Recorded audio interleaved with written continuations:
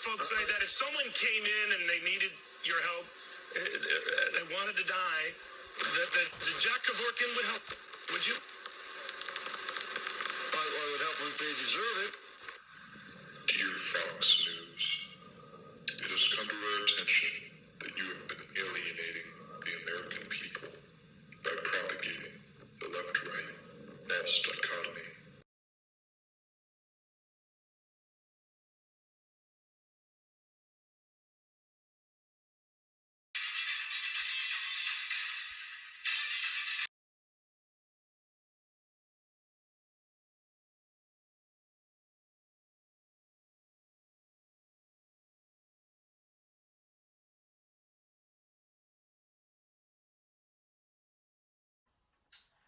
Second Ezra chapter 15. We're going to start at verse 10. Behold, my people is led as a flock to the slaughter. I will not suffer them now to dwell in the land of Egypt. Verse 11. But I will bring them with a mighty hand and a stretched out arm, and smite Egypt with plagues as before, and will destroy all the land thereof. Call her Lord Yahweh, Bashem, Mashiach, Yahushai, Ruharu Kakadash. Double honors to the mighty men, the elders, and the apostles in the community, waking up the lost sheep, the house of Israel in these last days. Peace and blessings to everyone doing this truth and humbleness, sincerity. Again, I'm going to say shalom. Quick video, notification update. I want to share this.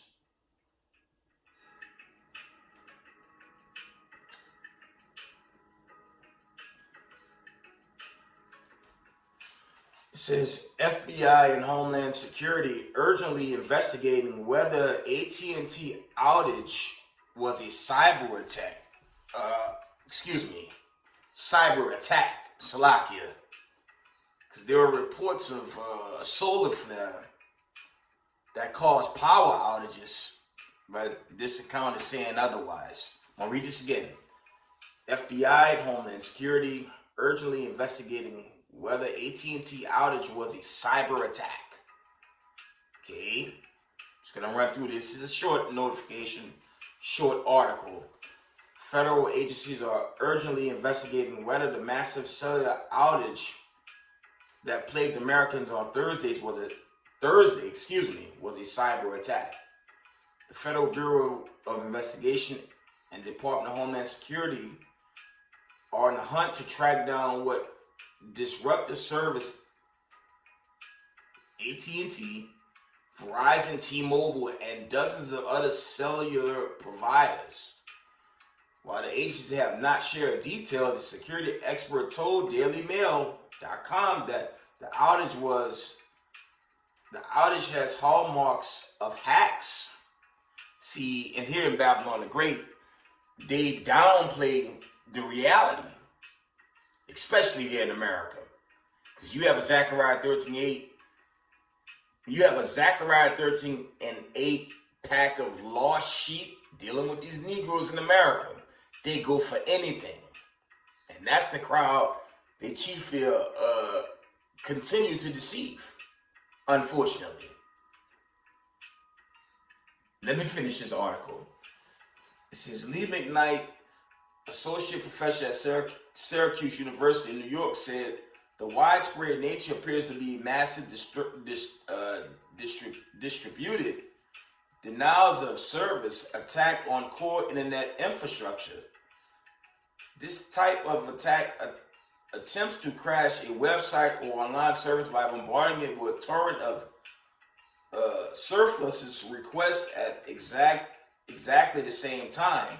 The surge of simple requests overload the service caused them to become overwhelmed and shut down. He's really going into when hackers shut down a network, and that's what they do. But the problem with these hacks, you don't know if they're from the States or they're from foreign sources. Because hackers aren't just overseas. They can be here at home as well. Let me close out. It says McKnight, who is also an affiliate, of the Institute of National Security and Counterterrorism, noted that it is becoming a popular assault among cyber criminals. He referenced the event in 2016 which saw, it says, Mary botnet bring down sites like Netflix, Twitter, Amazon, and PayPal. Some of those were launched by kids for fun, others by malicious actors, said McKnight. Reality is you can't rent. It says the reality is you can't rent. It says DDoS as a service attacks by the hour on the dark web. So who exactly might be behind it may never be fully known. The purpose of disrupting cell phone service could simply be to cause chaos by preventing 911 calls, but the outage could simply be a byproduct of the hacker's real intentions, espionage. After gaining access to mobile carriers' internal servers, the hackers would have access to call data records on customers. That would provide information like, it says, geolocation data, calls, logs, and text messages. The professor had speculated a cloud misconfiguration could also be the culprit, which means the outage was caused by human error. A major cloud service provider such as AWS or Azure experiencing an outage at one of their data centers is possible, but less likely to be the cause, in my opinion, McKnight said. Okay, that's the end of that article. And it's just another warning to the end time or the end game here in Babylon the Great. Okay, and the Lord's going to use specific hacker groups, okay, to combat these elites. Because when you go into certain hacker groups, I want to say more than half of them are against the government. Because before I came into the truth, I followed, Anonymous for a long time. And at least for what it's worth, they seem to be against the government and these elites. So I could say, in this truth, we have that common goal. The elites are out to destroy everybody. Okay? And the only way to combat the elites is to keep the commandments. Because unfortunately, a lot of those groups out there, those are led by heathens, how they say, the other nations, and there's no real end game if you join groups like that. Okay? The God, Abraham, Isaac, and Jacob want us to keep the commandments so we can get delivered out this wicked hellhole. Okay? So let's get some precepts. I'm going to wind it down. Okay, let's continue with 2nd Ezra. Let's go to 2nd Ezra. I think let's try the 9th chapter. It's going to be many hack-like events to disrupt not just America, but other portions where these elites set up shop. Other places in the world where they're, set up. It's going to be many stories like that. 2nd Ezra 9. We're going to get 9 and 1.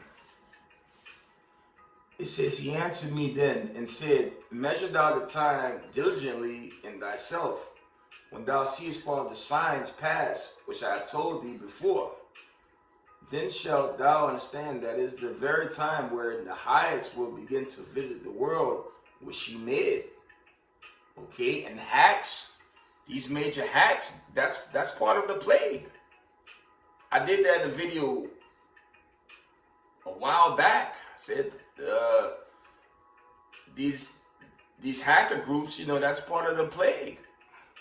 That's it. Those are end time plagues. The Lord used those groups to cause disruption. That's part of the fall of this kingdom, and that's the Lord using those groups. Okay. 2 Ezra 9 and verse 2. Then shalt thou understand that it is the very same time when the highest will begin to visit the world which he made. Therefore, when there shall be seen earthquakes, uproars of the people in the world, then shalt thou will understand that the Most High spake of those things from the days that were before thee, even from the beginning. Okay? And again, the Lord using those groups to disrupt these elites.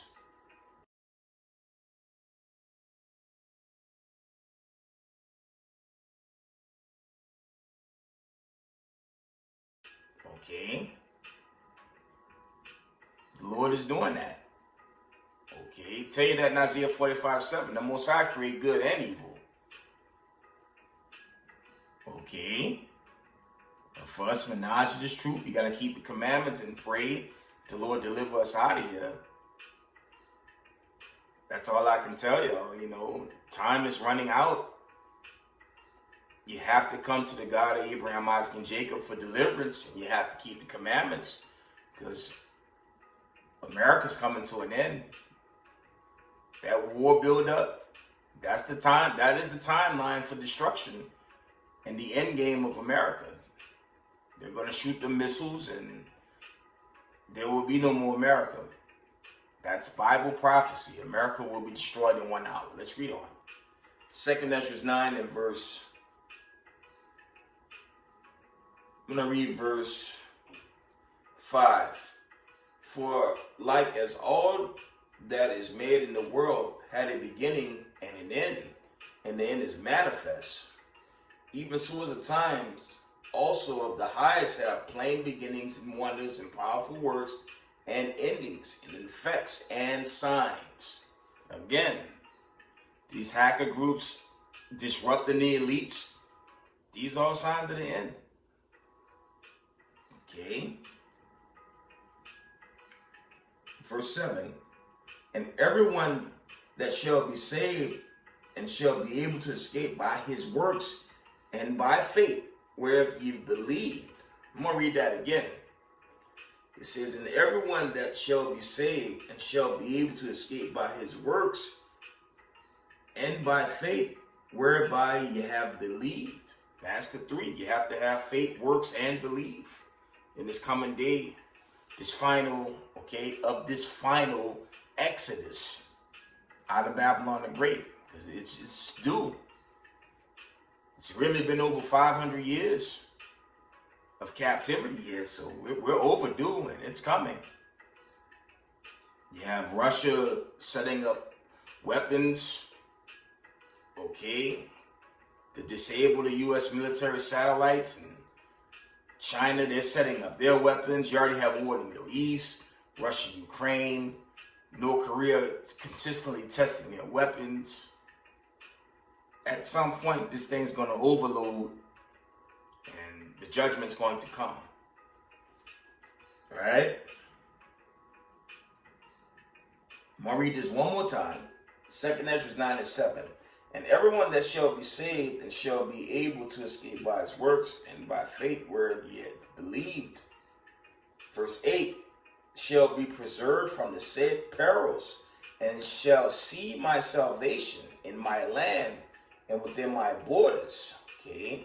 For I have sanctified them for me from the beginning. And that's dealing with the 12 tribes of the children of Israel, the elect 12 tribes of the children of Israel. And that's what that's going into. And you have to pray of the elect government body, and you have the elect remnant body. That's Zechariah 13 and 9. Okay. And this is the end of the wicked. And this is really dealing with our people too. The Zechariah 13 and 8 Israelites. It says, then shall they be in the pitiful case, which now have abused my ways, and they that have cast him away despitefully shall dwell in torment. Okay. Verse 10, for such as in their life have received benefits and have not known me, and they that have lost my law while they had yet liberty, and when as yet place of repentance was open unto them, understood not, but despised it. Yeah, that's your Roman 9 and 6 Israelites. That's your that's some Israelites in the Maccabees accounts. Okay. That turned on the Most High and took on the ways of the heathens. Okay, that's the coming judgment for the wicked Hebrew Israelites of our world. Your Matthew 27 scribes and Pharisees. All them spirits are back today. The Lord's going to destroy every last one of them. Okay?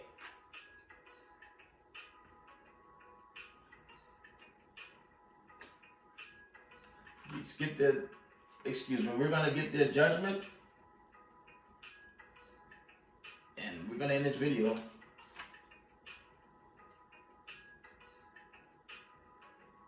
We're going to jump all the way down to 9 and 36. It says, for we that have received the law perish by sin, and our heart also which received it, notwithstanding the law, perish not, but remaineth in its force. Okay, and that's where they're going into keeping the commandments.